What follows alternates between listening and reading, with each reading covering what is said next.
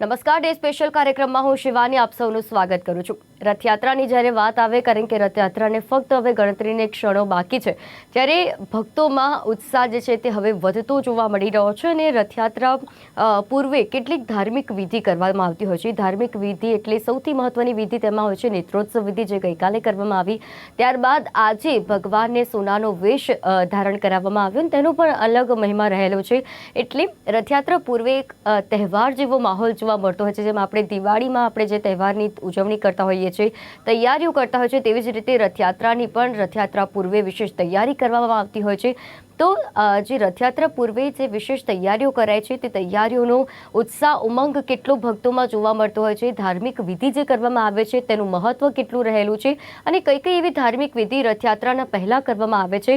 અને ખાસ આપણે કૃષ્ણ ભગવાનની જો વાત કરીએ તો જગન્નાથ જ્યારે રથયાત્રામાં જ્યારે આવતા હોય છે, એટલે કે જગતના નાથ જ્યારે આપના દ્વારા આવતા હોય છે, ત્યારે એનો મહિમા કેવો હોય છે। 148 વર્ષથી અમદાવાદ ખાતે રથયાત્રા જે થઈ રહી છે તેનો મહિમા વિશે વાત કરીશું। અને સાથે રથયાત્રામાં સૌથી મહત્વપૂર્ણ ભાગ ભજવાય છે કે કોઈ પણ પ્રકારની પરમિશન છે તે લેવાનું કાર્ય કઈ રીતે કરવામાં આવે છે, એટલે લીગલ એડવાઇઝિંગ કઈ રીતે કરવામાં આવે છે, આ તમામ વિશે આજે આપણે વાત કરીશું। આપણી સાથે જોડાયા છે હરિપ્રસાદ ભટ્ટ, કે જો જ્યોતિષ આચાર્ય છે। હરિપ્રસાદજી, સ્વાગત છે આપનું કાર્યક્રમમાં। સાથે ખૂબ જોડાયા આભાર છે મુકેશ આપનો। ગુપ્તા, કે જેઓ ઉત્સવ વિશેષજ્ઞ છે। મુકેશજી, સ્વાગત છે આપનો કાર્યક્રમમાં। નમસ્કાર।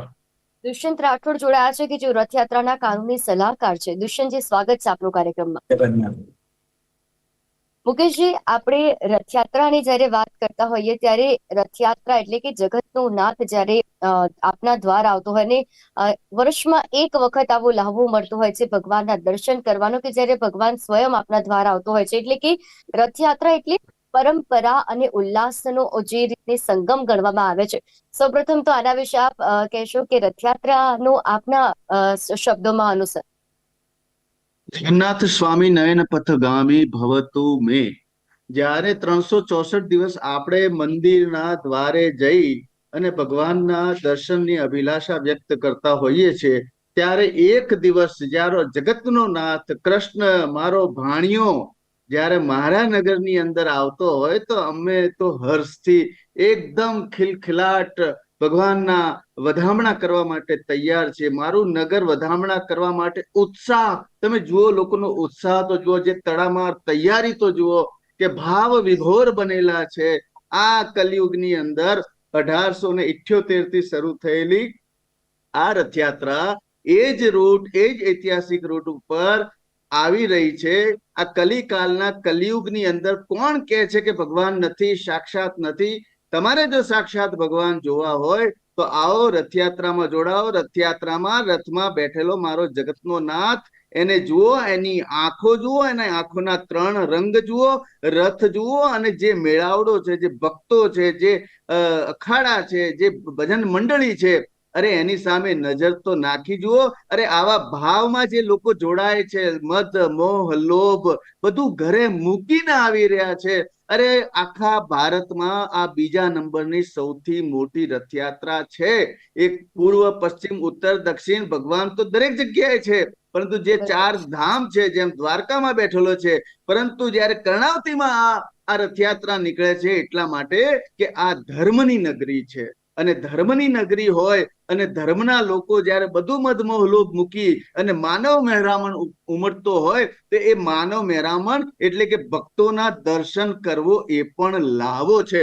જો તમારે મોક્ષ પ્રાપ્ત કરવું હોય તો આપણા પુરાણના શાસ્ત્રમાં લખેલું છે કે તમે યા તો રથયાત્રાના દર્શન કરો, યા તો તમે જગન્નાથપુરીના અને બદ્રીનાથના દર્શન કરો। જો તમે માત્ર 2 વખત દર્શન કરો તો પણ તમે મોક્ષ પ્રાપ્તિ તરફ થઈ શકો છો। આ હું નથી કહેતો, અમારું પુરાણ કહે છે, અમારું સનાતન સંસ્કૃતિ કહે છે। અને જે પ્રકારે આપણા જગન્નાથ મંદિર જમાલપુરથી જે પ્રમાણે રથયાત્રા શરૂ થઈ રહી છે, કોઈની તાકાત નથી કે રથયાત્રા રોકાઈ, એનો ઇતિહાસ પણ રહેલો છે અને સનાતન સંસ્કૃતિનો વેગ મળેલો છે। અને આ જે સતત વહેતો પ્રવાહની અંદર યુવાઓનો જોશ વધતો જાય છે, યુવાઓમાં સનાતન સંસ્કૃતિનો જોશ વધતો જાય છે। આ જોતા આનંદ થાય છે કે હવે પરિવર્તનનો યુગ છે। કૃષ્ણ પણ પરિવર્તનશીલ હતા, એ પણ ક્યાંય સ્થિર નતા રહ્યા। ગોકુળમાં જન્મ, મથુરામાં જન્મ લીધો, ગોકુળમાં આયા, અને ગોકુળમાંથી પાછા મથુરા ગયા, મથુરાથી મહાભારત કરવા ગયા, ત્યાંથી દ્વારકા ગયા, એટલે તમે જુઓ કે કૃષ્ણ પરિવર્તનશીલ છે, કૃષ્ણમાંથી ઉપદેશ મળે છે, ગીતામાંથી ઉપદેશ મળે છે, તમામ કૃષ્ણમાંથી આપણને શીખવા મળે છે. અને એ જ્યારે જગતનો નાથ આપણા દ્વારે આવતો હોય, અરે અમદાવાદ તો સૌભાગ્યશાળી છે, ભાગ્યશાળી છે. આપણે ત્યાં રથયાત્રા થાય છે અને જે ઉત્સાહથી લોકો જોડાય છે, અરે મગ જાંબુ કેરીનો પ્રસાદ ખાઈ લેજો. આ 3 ઋતુકાળમાં સંધિમાં આવતો આ તહેવાર છે અને આ તહેવારને પવિત્રતાથી તમારી સારી ઉર્જા લગાવીને આંખ બંધ કરી અને જ્યારે જગન્નાથના દર્શન કરજો અને જ્યારે તમારા રૂવાડા ઉભા ન થાય તો માની લેવો કે કદાચ મારામાં કમી છે, ઈશ્વરમાં કમી નથી. એટલે જે આવી રહી છે રથયાત્રા, જે તૈયારીઓ થઈ રહી છે, જે ટ્રકો શણગારાઈ રહી છે, જે હાથી ઉપર શણગાર થઈ રહ્યો છે, જે સરસપુરની અંદર તડામાર તૈયારીઓ થઈ રહી છે, પ્રસાદ લેવાઈ રહ્યા છે, આજે સોનાવેશ ગજથી થઈ રહ્યા છે, 2 દિવસ પહેલા નેત્રોત્સવ વિધિ થઈ ગઈ, ભગવાનના દ્રષ્ટિના પાટા ખુલી ગયા છે. એમની દ્રષ્ટિ આપણા ઉપર જો એકવાર પડી જાય તો આપણું જીવન સફળ થઈ જાય. આ જ સંદેશ આજની આવતીકાલની રથયાત્રાનો છે. જી બિલકુલ મુકેશજી, ખૂબ જ સુંદર રીતે આનું વર્ણન આપે કર્યું. હરિપ્રસાદજી, આપણે જ્યારે વાત કરતા હોઈએ રથયાત્રાની, અને રથયાત્રા પૂર્વે ઘણી એવી ધાર્મિક વિધિ કરવામાં આવતી હોય છે, તો રથયાત્રા પૂર્વે કરવામાં આવતી ધાર્મિક વિધિ કઈ છે અને તેનું કેટલું મહત્વ રહેલું છે? બિલકુલ, રથયાત્રાના અગાઉ એવું કહેવામાં આવે છે, જેઠ મહિનાની અમાસના દિવસથી જ ભગવાનની વિધિ ચાલુ થઈ જાય છે. આમ તો આખું વર્ષ રથયાત્રા પૂર્ણ થાય ત્યારબાદ તરત જ એમના રથ બનાવવાની પ્રક્રિયાનો આરંભ થઈ જતો હોય છે. અને આ 148મી રથયાત્રા છે, તો હું આપના માધ્યમથી, આ જીટીપીએલ ગુજરાત ન્યૂઝના માધ્યમથી દરેક દર્શક મિત્રોને, દરેક આ ભગવાન જગન્નાથના ભક્તજનોને ભગવાનના આશીર્વાદ અને ભગવાનની શુભકામનાઓ મળે, ભગવાનના આશીર્વાદ મળે એટલા માટે કહીશ કે આ જગન્ના નાથ છે. આ ભારતના નાથ નથી, આ અમેરિકાના નાથ નથી, આ કોઈ કર્ણાવતી કે અમદાવાદના નાથ નહીં, આ તો આખા જગતના નાથ છે. એટલા માટે જ ભગવાનના 1000 નામ છે. તો વિષ્ણુ સહસ્રના અવતારમાંનું આ 1000માંથી એક નામ ભગવાનનું નામ છે, જેનું નામ છે જગન્નાથ. હા, એટલે કે આખા જગતના જે નાથ છે. એટલે આપણી જે ભારતીય સંસ્કૃતિ છે એના વિશે હું કહેવા માંગીશ કે આપણે વસુદેવ કુટુંબકમ, આપણે આખી આ સૃષ્ટિને આપણે પોતાનું જગત માનીએ છીએ, આપણે પોતાનું જ માનીએ છીએ. એટલા માટે આ જગન્નાથ છે, એટલે આખા જગતે દર્શન કરવા જ જોઈએ. અને આ આખા જગતને દર્શન આપવા માટે જેમ રાજા પ્રજા પાસે આવે છે, એવી રીતે ભગવાન ભક્તો પાસે આવે છે. એને જ આ રથયાત્રા કહેવાય છે. ભગવાન એના ભક્તોને મળવા આવે છે, એને જ આ રથયાત્રા કહેવામાં આવે છે. એટલે અમાવસ્યાના દિવસે ભગવાનને એવું કહેવામાં આવે છે, ભગવાન એના મામાના ઘરે ગયા હતા. હા, મામાનો વધ કર્યો, ખૂબ ગરમી આવી ગઈ, મગ અને જાંબુ ખાવાથી તો આવી ગઈ, પણ ભગવાનના મામા કોણ હતા બધા જાણે છે, કંસ મામા હતા. હા, હવે એને મારીને પણ થોડોક એ લાગ્યો છે, તો પછી એ પોતાનું શક્તિ પ્રદર્શન કરવા માટે આવે છે કુંતી દેવી, આ એમની જે બુવા હતી, એમના ઘરે આવે છે. ત્યાં આગળ પણ આ કેરી, જે સાહેબે વાત કરી કે જાંબુ અને કેરી ગરમ પડે એ ખાવાથી, એટલે એમને આંખો આવી ગઈ હતી ભગવાનને. એટલે યથા દેહે તથા દેવે, ભગવાન કેવા છે તો કે આપણા જેવા જ છે. એટલે જેવું મનુષ્યને આપણને પણ, આપણે પણ બીમાર પડીએ છીએ, એવી રીતે એવું કીધું છે કે કલયુગની અંદર જો કોઈ દેવત્વ હોય, જ્યાં જો ભગવાન રહેતા હોય, એવું કીધું ડાકોરમાં નહીં, એવું કીધું ડાકોરમાં તો ભગવાન દ્વારકાથી આવી ગયા, દ્વારકા પણ ભગવાન એવું કીધું મથુરાથી આવી ગયા, મથુરામાં પણ ભગવાન ગોકુળમાંથી આવ્યા. ભગવાન રહ્યા ક્યાં તો કે જગન્નાથની અંદર. તે જગન્નાથ ભગવાનનું કયું સ્થાન છે તો નીલાંચલ નિવાસાય, નીલ પર્વત પાસે, નિત્યાય પરમાત્મને, જે નિત્ય હર હંમેશ, એટલે જ તો એમના ભગવાનના જગન્નાથજીના કેટલા પણ ચમત્કાર, જો એનો ધ્વજ વિપરીત દિશામાં ફરતો હોય છે. હા, એવું કહેવામાં આવે છે કે ભગવાનનું આ જગન્નાથપુરી જે નગરી છે, એ દ્વાર છે, એ સુદર્શન ચક્ર ભગવાનનું, એ ભગવાનના શિખર ઉપર રહેલું છે. બલભદ્ર સુભદ્રાય, બલભદ્ર અને સુભદ્રા ભાઈ અને બહેનના સાથે ભગવાન જગન્નાથાય તે નમઃ. આખા જગતની રક્ષા કરવા માટે, આખા જગતનું પાલન અને પોષણ કરવા માટે, કીડીને કણ હાથીને મણ આપવાનું કામ ભગવાન જગન્નાથનું છે. એટલે લોકો આ રથયાત્રા, એવું નહીં કે આપણે અમદાવાદમાં જ રથયાત્રા થાય છે, ત્યાં ઉત્કલ, જેમ આપણે રાષ્ટ્રગીતમાં આપણે કહીએ છીએ ને, પંજાબ, સિંધુ, ગુજરાત, મરાઠા, દ્રાવિડ, ઉત્કલ, એમાં જે ઉત્કલ આવે છે, ઉત્કલ પ્રદેશમાં ઉડીસા આવેલું, એ ઉત્કલ પ્રદેશની અંદર ઉડીસા નગરની અંદર ભગવાન જગન્નાથજીનું મંદિર છે. ત્યાં આગળ 7 દિવસ સુધી આ રથ ચાલે છે, 7 દિવસ સુધી. અને એવું કહેવાય છે ત્યાંના રાજા પણ સોનાના સાવેણાથી, ત્યાં માધવદાસ નામના જે રાજા હતા એને એવું કીધું. ત્યારબાદ ઉડીપી રાજા હતા, ત્યારબાદ ચૌલ રાજાઓએ પણ ઘણા બધાએ ત્યાં આગળ જગન્નાથ ભગવાન મંદિરનું એવું કીધું છે, પૂજન કર્યું છે. અને આ કલિકાલ કલયુગની અંદર હાજરા હાજુર ભગવાન જો ક્યાંય રહેતા હોય તો એ 4 ધામ તો છે જ, પણ એમાંનું એવું કીધું છે કલયુગની અંદર ભગવાન ઉત્કલ પ્રદેશની અંદર નીલાંચલ નિવાસાય નિત્યાય પરમાત્મને બલભદ્ર સુભદ્રાય જગન્નાથાય તે નમઃ, એવા ભગવાન જગન્નાથ સાક્ષાત બિરાજમાન છે. અને જેના દર્શન કરવાથી એવું કીધું છે કે જેના માત્ર દર્શન સ્મરણ દર્શનાદ હરતે ચિત્તમ, દર્શન કરવાથી આપણું મન ચિત્ત ચોરી જાય છે. એટલે જ એને માખન ચોર કીધું છે. ગલી ગલી મેં ચોર હે, કાના માખન ચોર હે. અને એટલે જ આપણે આ રથયાત્રામાં બધા બૂમો પાડતા હોય છે. તો આપને પણ ખબર હશે, બધાને પણ ખબર હશે, જે અખાડામાં મલ હોય છે બલભદ્રનું પ્રતીક છે, કારણ કે બલભદ્ર મલ હતા. એટલે બધા શું બોલતા હોય છે? જય રણછોડ માખણ ચોર, જય રણછોડ માખણ ચોર.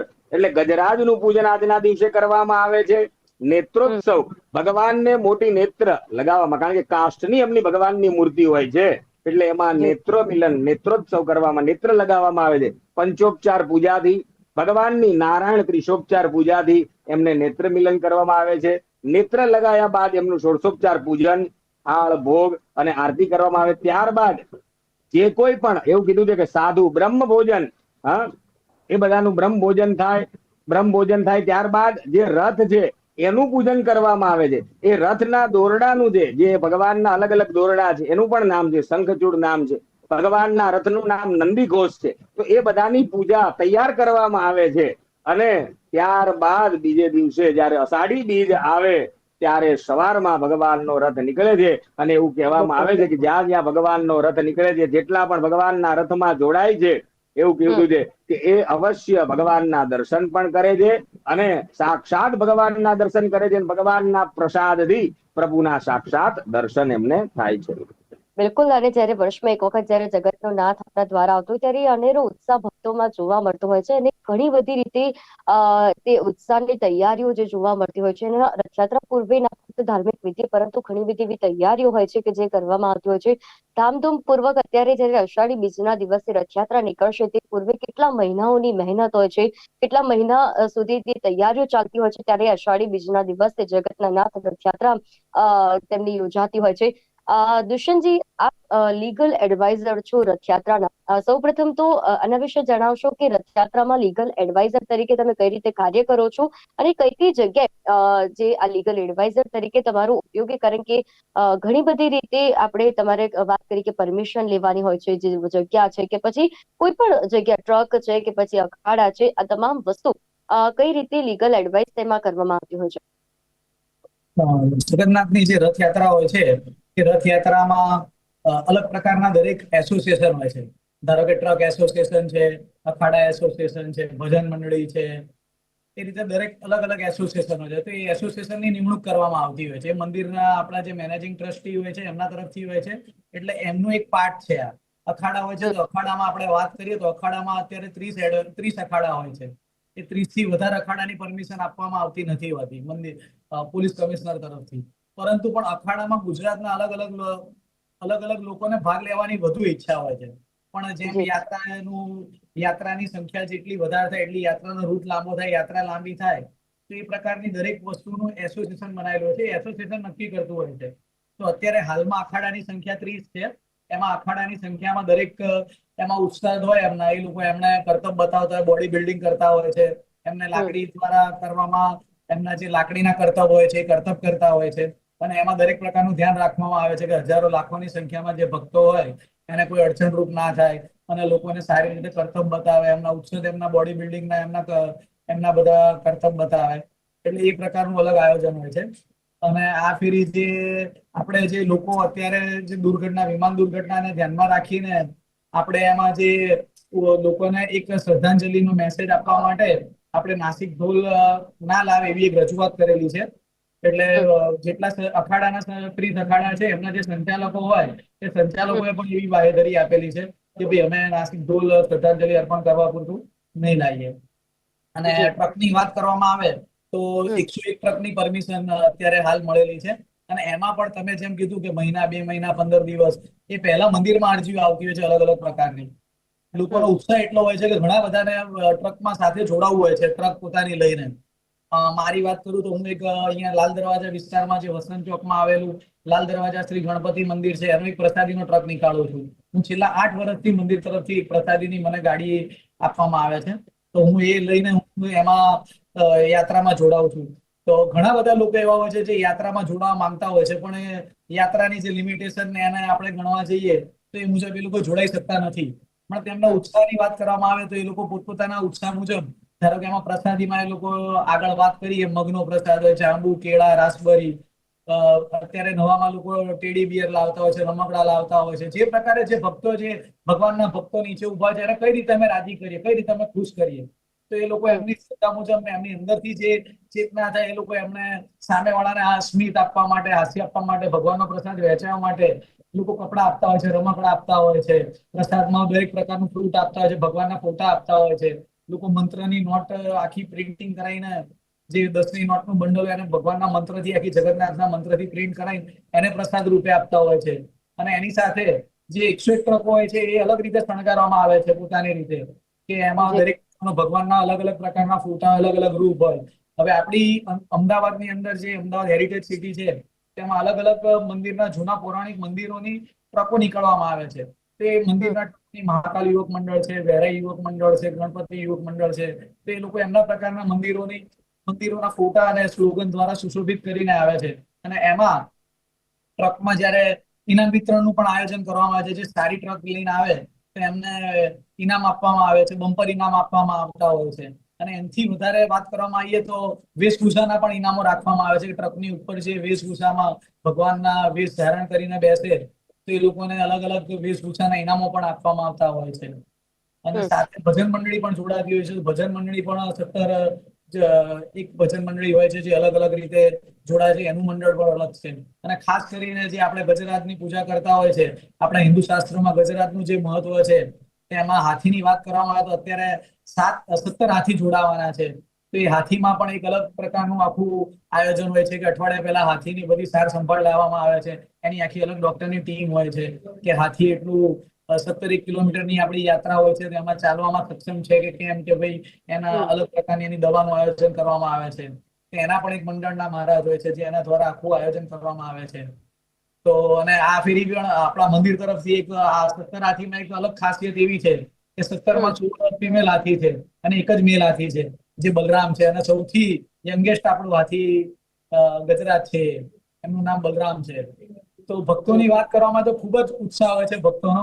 અને અમારા જે સંચાલક હોય, આયોજક હોય, જેમાં અખાડા સંચાલક આવી ગયા, ટ્રક સંચાલક આવી ગયા, ભજન મંડળીના સંચાલક આવી ગયા, તો એ લોકો તો આ દિવસ એમની માટે એક તહેવાર સમાન હોય છે કે તહેવારમાં ભગવાનમાં આપણે જોડાઈએ છીએ, ભગવાનના જોડે આપણે ભગવાન માટે આપણે ભગવાનને આટલા હજારોની સંખ્યામાંથી આપણને એક આ લાભ આપ્યો છે, તો એમાં કઈ ઉણપ ના રહી જાય, એમાં કોઈ ક્ષતિ ના રહી જાય. એટલે એ પ્રકારની તમામ આયોજન ઉત્સાહભેર બધા ભક્તો જોડાતા હોય છે. જી બિલકુલ. દુષ્યંતજી, લીગલ એડવાઇઝર તરીકે તમારી શું મહત્વની ભૂમિકા રહે છે? કઈ કઈ બાબતોનું તમારા દ્વારા ધ્યાન રાખવામાં આવતું હોય છે? લીગલ એડવાઇઝર તરીકે મેં જેટલા આટલા મંડળ કીધા, ધારો કે ખલાસી ભાઈઓનું રથોનું મંડળ હોય, એ એસોસિએશનની અંદર અલગ પ્રકારના અમુક ઠરાવ કરવામાં આવતા હોય છે કે ભાઈ સંચાલકોમાં પડતી કોઈ કનડગત હોય એની રજૂઆત કરવાની હોય, પોલીસ કમિશનરની કોઈ મીટિંગ હોય એમાં રજૂઆત કરવાની હોય. અત્યારે આ ટ્રકોમાં જીપીએસ સિસ્ટમ લગાવવામાં આવેલી છે, છેલ્લા ઘણા વર્ષથી લગાવે છે પોલીસ દ્વારા. તો પોલીસ અને એસોસિએશન વચ્ચે એક મનમેળ એક રજૂઆત કરવાની હોય કે એના લીગલી કોઈક આપણે પરમિશન લેવાની હોય, તે તમામ પ્રત્યે લીગલ એડવાઇઝર તરીકે મારી ભૂમિકા હોય છે. અને જ્યાં એસોસિએશનને જરૂર પડે એમાં હું મારી ફરજ નિભાવું છું અને સેવા આપું છું. મુકેશજી, સમયનો અભાવ છે, પરંતુ જ્યારે આપણે રથયાત્રાની અહીંયા વાત કરી રહ્યા છીએ ત્યારે ટૂંકમાં તમારી પાસેથી જો જવાબ મેળવવા માંગુ તો 148 વર્ષથી આપણી રથયાત્રા આજે 148મું વર્ષ છે આ વખતે. ત્યારે શું એવો નવો ફેરફાર જોવા મળ્યો, ધાર્મિક રીતે વાત કરીએ કે પછી રથયાત્રામાં કોઈ નવીનતા, કોઈ પણ એવો ખાસ ફેરફાર કે જે રથયાત્રાને દર વર્ષે વિશેષ બનાવે છે? ચોક્કસ આપણા જે શહેરના યુવાઓ છે એમને એ જાણ હોવી જોઈએ કે આપણા જે નગરના ઈષ્ટ છે નગરના ઈષ્ટ એ જગન્નાથનું મંદિર છે, અને નગરની જે દેવી છે એ આપણી ભદ્રકાળી માતાનું મંદિર છે. અને એટલે કે આપણા ગામમાં એક મંદિર હોય, આપણા સમાજનું એક મંદિર હોય, એમ આપણા નગરનું પણ એક મંદિર છે. તો આ બે મંદિરનું આપણા નગરમાં, અમદાવાદ શહેરમાં, કર્ણાવતી નગરમાં આ બે મંદિરનું વિશેષ મહત્વ રહેલું છે. પરંતુ જે યુવાઓનો જે દ્રષ્ટિકોણ છે કે ભાઈ આ અમુક અંધવિશ્વાસનો વિષય છે, આમાં ક્યાં ભીડમાં જવું, આ છે તે છે, પરંતુ જો યુવાઓ એને વિજ્ઞાનના રૂપે સમજવામાં આવે કે આ રથ શું છે, રથની અંદર આ કયા પ્રકારની મૂર્તિ છે, એનો સંદર્ભ લેવામાં આવે, એનું વિજ્ઞાન સમજવામાં આવે, તો આજનો યુવા એટલો ધાર્મિકમય બની શકે છે, ગીતાનું અનુસરણ કરી શકે એમ છે. કારણ કે આ 148 વર્ષથી સારંગદાસજી, નૃસિંહદાસજી અને આજે દિલીપદાસજી નો જે વંશ વેલો ચાલી રહ્યો છે, 1578 થી પુરીમાં જગન્નાથ યાત્રા ચાલી રહી છે. અને યુવાનોને એ કહેવું છે કે તમે તો કૃષ્ણને નથી જોયા ને. 125 વર્ષના અલ્પ આયુથી જે કૃષ્ણ જયારે અગ્નિદાહ અપાયો એમાંથી એમનું હૃદય બળ્યું નતું, અને એ હૃદય દરિયા માર્ગે, દ્વારકાથી દરિયા માર્ગે થઈને પુરીમાં આવ્યું, અને પુરીમાં જે ઇન્દ્રધૂમ્ન સ્વપ્નમાં આવ્યું, અને એ જે મંદિર સ્થાપિત કરવામાં આવ્યું, જે કાષ્ટની મૂર્તિ બનાવવામાં આવી, જે સાક્ષાત વિશ્વકર્માએ બનાવવામાં આવી, અને એની અંદર જે આ બ્રહ્મસૂત્ર જે હૃદય મૂકવામાં આવ્યું આજે પણ ધબકે છે. અને એના જે ચમત્કારો છે, જે ઉલટી દિશામાં ધજા ફરકવી, એ મંદિર, આખા મંદિરનો પડછાયો ન પડવો, જ્યાં રસોઈ લાખો લોકો જમી શકે પણ રસોઈ ના ખૂટે, એનું જે રસોઈ ઘરની વાસ્તુકલા છે, જ્યારે સાક્ષાત વિશ્વકર્માજીએ મંદિર બનાવ્યું હોય, મૂર્તિ બનાવી હોય, અને વિશ્વ વસુ અને ઇન્દ્રધૂમની તમે વાર્તા જાણો, તમે આનું રહસ્ય જાણો, ચાર જે પૂરી છે, જે આપણી 7 પૂરી છે, ભારતની જે સંસ્કૃતિ છે, કલા છે, એને તમે જાણવાનો પ્રયત્ન કરો, ત્યારે તમે એમને કહી શકો કે અમે અંધશ્રદ્ધાના વિદ્યાર્થી નથી. એટલે એને જાણવાના રસ માટે રથયાત્રામાં જોડાવવું જોઈએ. તમે એ માધ્યમથી ના જોવો, ટીવીના માધ્યમથી પણ જુઓ, એમ પણ જોડાવવું જોઈએ. બિલકુલ. અને આજના યુવાનો, અત્યારે આપણે જે જોઈએ છે તે યુવાનોમાં સનાતન ધર્મનો અત્યારે જે જુસ્સો જોવા મળી રહ્યો છે, ને તે ખરેખર તેમનામાં અત્યારે તે મંદિરોમાં પણ અત્યારે યુવાઓ વધુ જોવા મળતા હોય છે, અને કદાચ એમ કહી શકાય કે હવે યુવા પેઢી જે છે તે જે ધાર્મિક વિધિ તરફ પણ આગળ વધી રહ્યું છે, એટલે કે તે પોતાના ધર્મને માનતી થઈ છે. અને એટલા જ માટે આજની યુવા પેઢી માટે પણ તમે જે મહત્વપૂર્ણ સંદેશો પાઠવ્યો, સાથે સાથે રથયાત્રામાં 148 વર્ષ આ વખતે જે છે તેનામાં ઘણા બધા એવા ફેરફાર પણ આપણને જોવા મળી રહ્યા છે. ધાર્મિક વિધિ કઈ કરવામાં આવે છે રથયાત્રા પૂર્વે, તેના વિશે પણ આપણે વાત કરી. આપ ત્રણે અમારી સાથે આ વિશેષ ચર્ચામાં જોડાયા તે બદલ આપ ત્રણે આભાર. તો રથયાત્રાને જ્યારે જગતના નાથની રથયાત્રા હોય અને જે ઉત્સાહ ઉમંગ અત્યારે ભક્તોમાં બમણો થતો જોવા મળી રહ્યો છે, કારણ કે જ્યારે ગણતરીના ક્ષણો બાકી હોય ભગવાન જગન્નાથના જ્યારે રથયાત્રાની, અને જે તડામાર તૈયારીઓની વાત કરી કે કેવી તૈયારી કરવામાં આવે છે, જે પ્રસાદ છે જેનું વિતરણ રથયાત્રાના દિવસે કરવામાં આવે છે તેનું શું મહત્વ રહેલું છે, ધાર્મિક વિધિની વાત કરી કે નેત્રોત્સવ વિધિ જેનું ખાસ મહત્વ રહેલું છે, કઈ રીતે નેત્રોત્સવ વિધિ હાથ ધરવામાં આવે છે, આ તમામ વિશે આજે આપણે વાત કરી ડે સ્પેશિયલ કાર્યક્રમમાં. ફરી મળીશું આ વિષયની સાથે. હાલ મને રજા આપશો. નમસ્કાર.